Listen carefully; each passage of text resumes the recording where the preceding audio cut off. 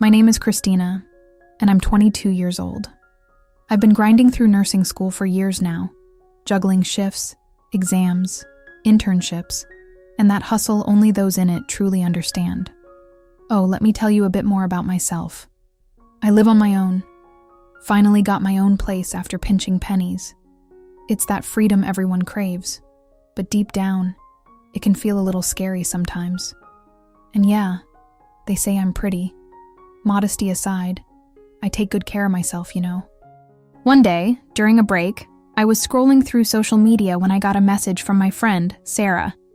She didn't beat around the bush and got straight to the point. "Girl, I need a huge favor." I thought, here we go, but I listened anyway. And then she hit me with it. "Would you mind helping out with my dad? He needs someone to keep him company just 3 times a week." I'd met Sarah's dad a few times, so I had a rough idea of who he was. The guy was probably around 60, but let me tell you, he was a sharp-looking older guy, handsome for his age, you know. Always had that vibe like he knew what was up. But after a recent surgery, he was a bit limited, couldn't do much heavy lifting or anything. Sarah was super worried. Since she's an only child and her dad's divorced, she didn't want to hire just anyone to stay with him. She was scared about letting a stranger into the house, not knowing if they could be trusted. Plus, it'd bring in some extra cash, which was a relief because my rent had just gone up. Living alone has its perks, but it hits the wallet hard. So when Sarah mentioned paying me for the gig, I was like, I'm in. On the first day, I headed to Sarah's house, a little nervous about how it'd go, but determined to stay cool. When I rang the doorbell, Sarah opened the door, already dressed and ready to head to work. She looked at me with this relieved smile like, thank God, my dad's in good hands now. I walked in, and there was Mr. Robert, sitting in the living room, watching TV. He made a point to get up and greet me. Sarah called me over and quickly ran through the basics, where stuff was in the kitchen, what her dad liked to eat, and of course, the pain meds and antibiotics he was taking because of the surgery. Before she left, she gave me one last look and said, "I trust you, Christina. Text me if anything comes up." As soon as Sarah was out the door, I went straight to the kitchen to get organized and start lunch. I was checking out what was in the fridge and cabinets, figuring out what to cook, when I heard footsteps. It was Mr. Robert, coming in with that friendly vibe, striking up a conversation. He must have spent a lot of time alone because I could tell having someone around was like gold to him. He asked where I was from, about nursing school, and started sharing stories from when he was younger. I was laughing, feeling totally at ease. This routine didn't seem like it'd be bad at all. While I was cooking, I noticed Mr. Robert splitting his time between his phone and the TV. Sometimes I'd hear him chatting, chuckling, and talking in a low voice, like he was all excited about something. I thought, wow, this guy's still got game. Must be flirting with someone. The day went smoothly. I did some light tidying up around the house. Nothing major, just enough to keep things in order. I wiped down the living room, washed some dishes, and straightened up a few things that were out of place. At one point, he even said, "Hey, things are looking good around here." You could tell he was loving the company and the neat house. It was a chill first day, and I went home feeling lighter, thinking I might actually enjoy this new routine. Sometimes Sarah had to cover overnight shifts at work, which left Mr. Robert alone some nights. On one of those mornings after she'd been gone all night, I showed up early to start my day. I rang the doorbell, but there was no answer. I waited a bit, wondering if he'd gone out or was still sleeping. Since Sarah had given me a spare key for situations like this, I decided not to wait any longer and let myself in. I walked in quietly, trying not to make noise in case he was asleep. My plan was just to check and make sure everything was okay. As I got closer to his bedroom, I noticed the door was slightly ajar. I peeked in to see if he was all right, and bam! I got the shock of my life. There, in bed, were Mr. Robert and a woman, both naked, sleeping peacefully like it was no big deal. To top it off, the TV was on, playing one of those movies. You know, the kind that gets things heated. I froze for a second, not knowing what to do. My heart was racing because, honestly, I wasn't expecting that. I don't even know how I reacted at first, but I knew I had to get out of there without making a sound to avoid interrupting. Whatever that was. I stood there, kind of in shock. But then I thought, I've got to act like nothing happened. So I went to the kitchen and started banging around with the pots and pans, making as much noise as possible. My goal was to let them know I was there. I was clanging utensils on the counter, deliberately being loud to see if they'd catch on. Sure enough, it didn't take long before I heard movement from the bedroom, like they were stirring. When I glanced back, I saw the woman rushing out, practically sprinting through the house without even looking at me. I noticed she was young, pretty, and probably around my age. I stood there, stunned, thinking, who would have thought Mr. Robert was hooking up with someone that young? When Mr. Robert came into the kitchen for coffee, he was a little awkward, like he was trying to play it cool. But, as usual, he brushed it off, cracking a joke to lighten the mood. He chuckled and said, "The doctor told me I need to do physical therapy, and let me tell you, I'm doing it right." He said it all casual, like the joke would smooth things over. I laughed a bit, but I could tell he was embarrassed. He probably knew I'd seen everything but chose to act like it was no big deal. I didn't mention anything to Sarah about what happened. I figured it wasn't necessary. I didn't want to stir up drama, especially since Mr. Robert seemed to want to keep things chill. I played it off like nothing had happened and went on with my day without bringing it up. After lunch, Mr. Robert usually took a nap for about an hour. One day, he was taking longer than usual to come out of his room, and I knew it was time for his meds. I waited, but he didn't show up, so I decided to check on him. The door was slightly open, so I peeked in, and to my surprise, there he was, watching those movies again. He was, holding the hose in a way I didn't expect, and I was honestly shocked at the size. The day I saw him with that woman, it wasn't, ready, but now, in this moment, it was clear it was impressive. I stood there for a bit, curiosity getting the better of me, watching without wanting to interrupt. I'll admit, even though I tried to stay calm, I felt a shiver.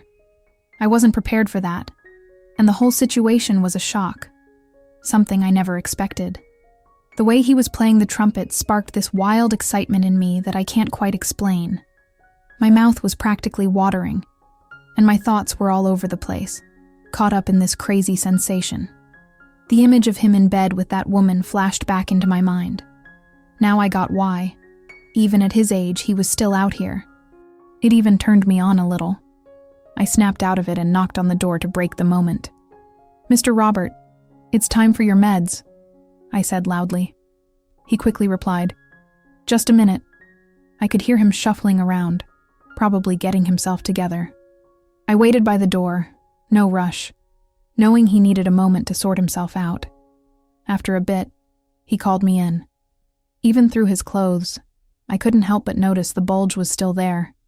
It'd take a while to calm down. I gave him his meds and left, getting back to my tasks. But that scene kept replaying in my head.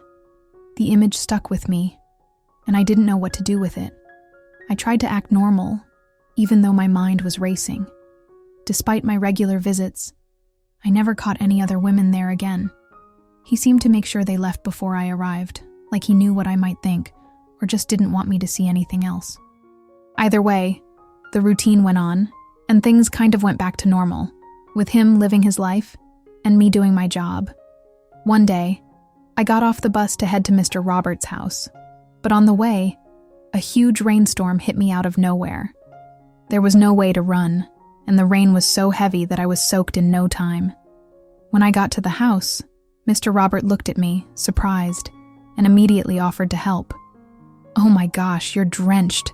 Come on, let's get you warmed up." He was genuinely concerned and offered me some of Sarah's clothes while mine dried.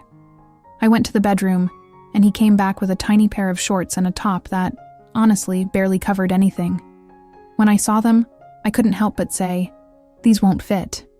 But he insisted, saying it was the only thing he could find.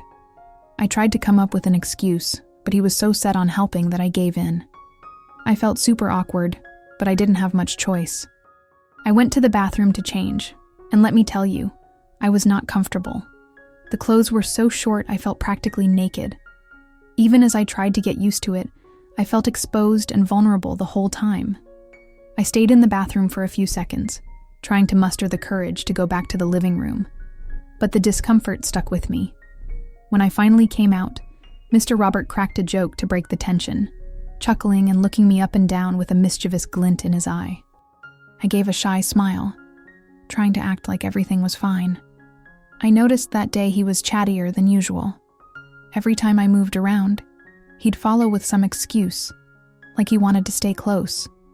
It made me a little suspicious because it wasn't how he usually acted. Then his phone rang, and I accidentally overheard his conversation.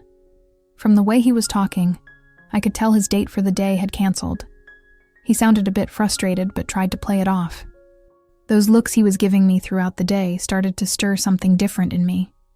I knew he was in good shape, and the way he carried himself, full of energy, practically eating me up with his eyes, made me start seeing him differently.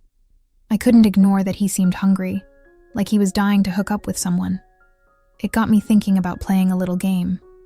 So, half joking, I asked if he wanted a massage on the side, since it wasn't part of the deal. He jumped at the chance, no hesitation. I started massaging his body while he lay on the couch. He tried to play it cool, but when I wasn't looking, I could feel him staring at me like he was losing his mind. Honestly, he was this close to grabbing me. Then, his tool started showing signs of life. He tried to hide it by bending his leg, but I teased him, saying he needed to keep his legs straight and relax for the massage to work. When he wasn't looking, I was the one sneaking glances at that bulge. It was hard not to want to kiss it. When I finished the massage, he bolted to his room like he always did when he needed to rest. I waited a bit, thinking he'd fall asleep, and went to bring him his meds. But this time, I didn't knock. I walked in, and he was lying there. I took everything off and slid into bed next to him. He woke up, turned to me, completely confused. I told him that today, I'd be his physical therapist and wanted to make sure he did all his exercises right. Still in disbelief, I told him to touch me. He didn't hesitate, and with confidence, he ran his hands everywhere, feeling every inch. I knew exactly what I was doing and wanted to savor that moment of pleasure for as long as possible.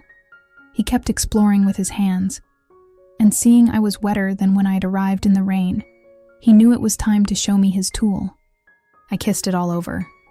I couldn't hold back anymore. I'd been thinking about this for a while, and it was an incredible moment. I was shocked by his stamina. I didn't expect it to be that good. I was in ecstasy, and I could tell he was too. He was ready to move forward, so I got on top to avoid putting too much strain on him. I did all the work, and everything fit perfectly, but he wanted more and asked me to turn around and try it from behind too. I'll admit, I wasn't usually into that, but after that day, I was hooked on the rush of adrenaline. He said he was about to finish, and I told him he didn't need to pull out, just let it go inside. Right on cue, I felt it all, and shortly after, I let go too. We stayed there for a while, then went to shower. After all, I had to help him with his tasks, right? After that day, I kept working there for a while, sticking to my routine, giving him his meds on time, and of course, plenty of physical therapy sessions. Eventually, Mr. Robert recovered well from his surgery, and my job there came to an end. Looking back, I realized that even though it was totally unconventional, I don't regret a thing. It was intense and way too much fun. Now, I'm back to my normal routine, secretly hoping another Mr. Robert crosses my path. And if the opportunity comes up again, I'll be more than ready.